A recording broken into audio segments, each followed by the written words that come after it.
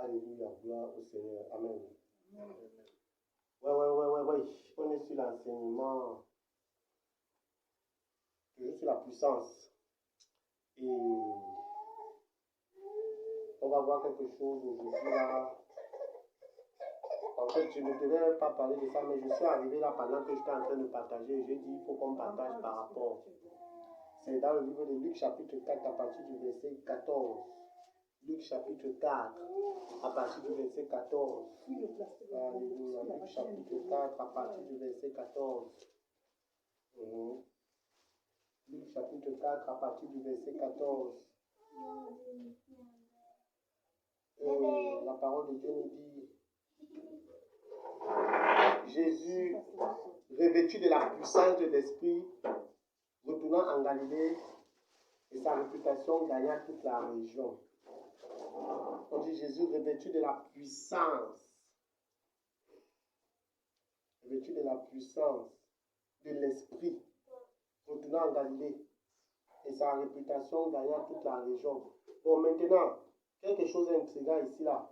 On dit revêtu de la puissance. Lorsqu'on regarde le mot, en fait, dans le grec, c'est pas comme si il avait fait quelque chose. Parce que quand on entend souvent, on dit Jésus revêtu de la puissance. Il faut qu'on dise un peu ça dans les versions. Dans ta version là-bas, ça dit quoi, par exemple? Luc chapitre 4, verset 14. Revêtu de la puissance. Luc chapitre 4, verset 14. Nous voit ça dans la version aussi d'Abi. Luc chapitre 4, verset 14. Qu'est-ce que ça dit aussi là-bas? Luc chapitre 4, verset 14. Revêtu de la puissance. Là-bas aussi, ça dit revêtu de la puissance de l'Esprit. Oui. Dans l'autre version, ça dit quoi aussi? Dans la version de David.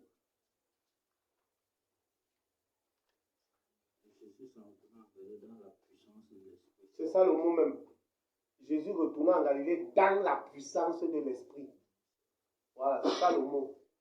Parce que quand l'autre dit revêtu de la puissance de l'Esprit, c'est comme si, quand, regarde, disons le verset 1.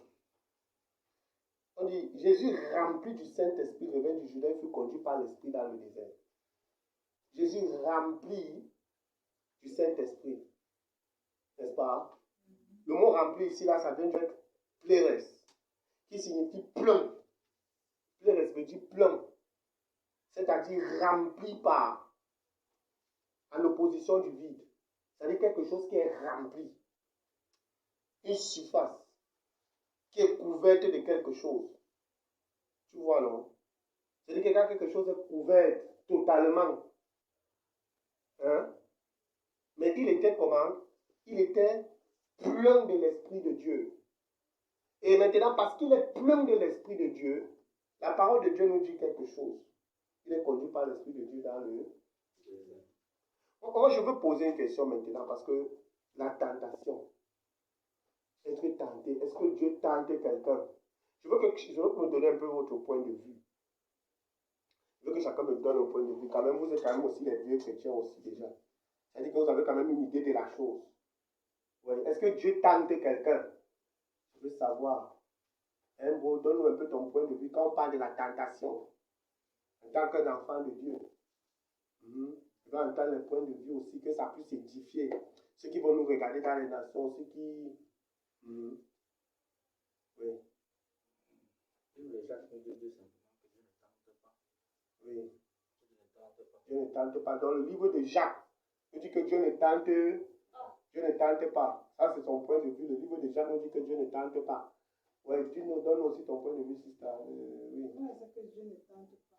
Oui, Dieu ne tente pas. Il peut te mettre à l'épreuve. Oui. C'est pas, mais il peut te tenter. Oui. Bon, si c'est que Dieu ne tente pas, dans votre entendement, n'est-ce pas? Que veut dire, quand on dit la tentation, qu'est-ce qui vient dans votre entendement? Vous comprenez comment? Quand on dit la tentation, qu'est-ce qui vient dans votre entendement? On parle de tentation. Oui. Pour que vous dites que, par exemple, Jacques dit par exemple que Dieu ne tente personne. Donc, quand on dit maintenant tenter, la tentation, qu'est-ce qui vient dans votre esprit, par exemple? Jusqu'à ce que vous dites que Dieu ne peut pas tenter quelqu'un ou Dieu ne tente pas quelqu'un. Oui. On veut savoir. Parce que c'est un sujet que j'ai voulu qu'on partage, qui est très bénissant, très enrichissant. Oui, quand on dit la tentation, qu'est-ce qui vient dans votre esprit? Dites quelque chose. Tentez, dites quelque chose. À première vue.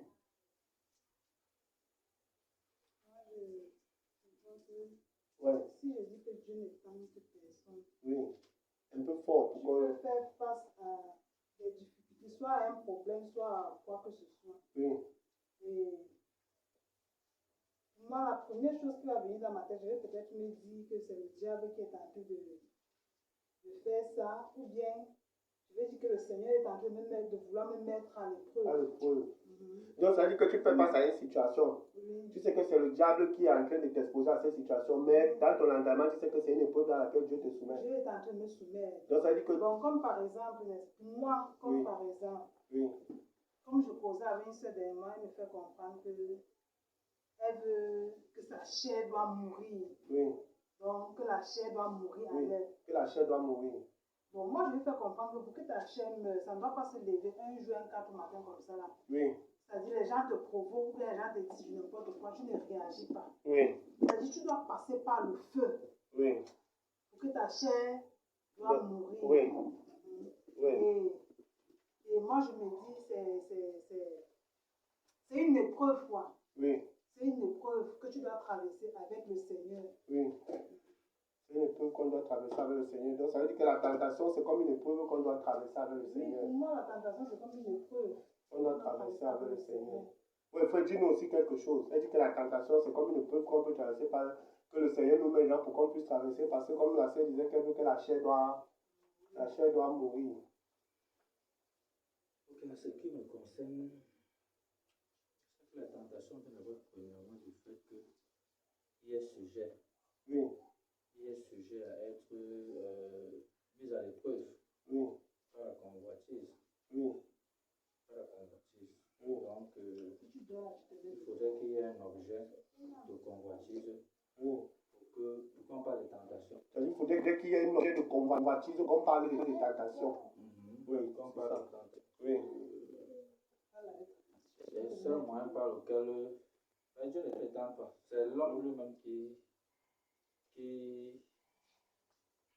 est soumis à la tentation.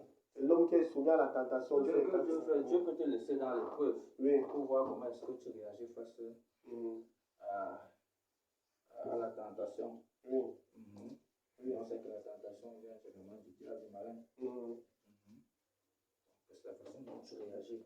Donc, qui dit tentation, dit épreuve face à la convoitise. La convoitise de la chair. De la chair. Ça veut dire que quand elle dit qu'une épreuve face à la convoitise de la chair, pourquoi tu te soumets ou pourquoi tu ne te soumets pas? Pourquoi tu acceptes la convoitise? Moi, je pense plutôt que la tentation, c'est dans le but de nous édifier, de nous faire grandir et de nous faire traverser, passer d'une étape à une autre étape. Donc la tentation, c'est nous faire passer d'une étape à une autre étape. C'est pas comme si la tentation, ce n'est pas là pour nous approuver, pour nous mettre, pour essayer de nous diminuer spirituellement, mais c'est pour nous faire monter en grade. Voilà, donc la tentation nous fait monter en grade. Ce n'est pas là pour nous frustrer. Effectivement, c'est par là que Dieu, c'est un peu comme une école. Oui. C'est un peu comme les examens qu'on passe à l'école. Voilà. Pour voir à quel niveau est-ce qu'on se trouve. On a des exemples comme celle de Job. Oui, des exemples comme celle de Job. Waouh. Déjà, ça c'est merveilleux. C'est-à-dire, on a compris que, d'après ce que vous avez dit, Dieu ne tente personne, non? C'est-à-dire que la tentation, ça vient du diable et tout. Donc, qu'est-ce que la Bible nous dit? Donc, parce qu'on va étudier pour apprendre aussi davantage, n'est-ce pas? Elle veut dire Jésus rempli du Saint-Esprit. Ça veut dire qu'ici, déjà, d'abord, on voit qu'il était plein de l'Esprit de Dieu. Et Jésus avait une vision. Dans sa dimension divine, le plan qu'il a, c'est que tout le monde, c'est-à-dire que toute sa création puisse passer l'éternité avec lui. Parce qu'en fait, il est mort pour toute sa création. Quand on dit Dieu a aimé le monde, il a donné son Fils unique afin que quiconque croit lui ne périsse pas, mais ait la vie éternelle. Le monde là-bas, c'est le cosmos. C'est toute la création, avec tout ce qui s'y trouve. Ouais, parce que c'est important qu'on comprenne ça. Parce que les gens pensent que c'est seulement pour les hommes que Jésus est mort. Non, il est pour toute la création. Alléluia. Pour toute la création, c'est très important. Pour toute la création. C'est ce que la parole de Dieu nous dit. Bon. On dit donc, je suis à te dire quelque chose. Le gars, il a une vision.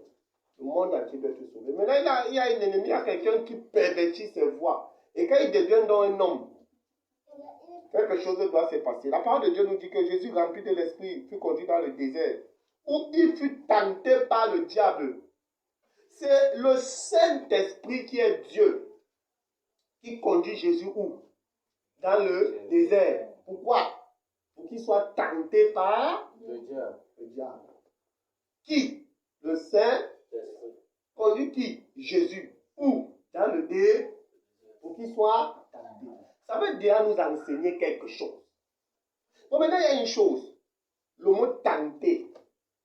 Le mot tenter, que veut dire tenter? C'est très important parce que tenter est différent de tentation. Amen. Tenter est différent de tentation. Parce que quand nous on parle dans notre jargon, on a tendance à mélanger les deux mots. Non, ce n'est pas deux mots qu'on mélange. En fait, dans le grec, on ne mélange pas. Mais si on a d'abord une première information.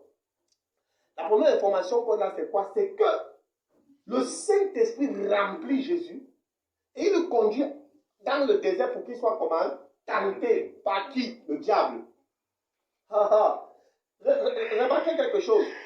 Il n'a jamais conduit Jésus dans le désert quand Jésus est vide. Non. C'est quand Jésus va être rempli du Saint-Esprit, c'est ce que les Écritures nous disent. Et puis il va le conduire maintenant pour qu'il soit dans... Mais maintenant, avant ça même, la parole de Dieu nous dit quelque chose. La parole de Dieu dit que pendant 40 jours, il ne mangea rien durant ces jours-là. Et quand cette période fut passée, il eut faim. Bien aimé, quelque chose d'intéressant se passe ici. Et dans mon esprit, ça m'enseigne sur quelque chose.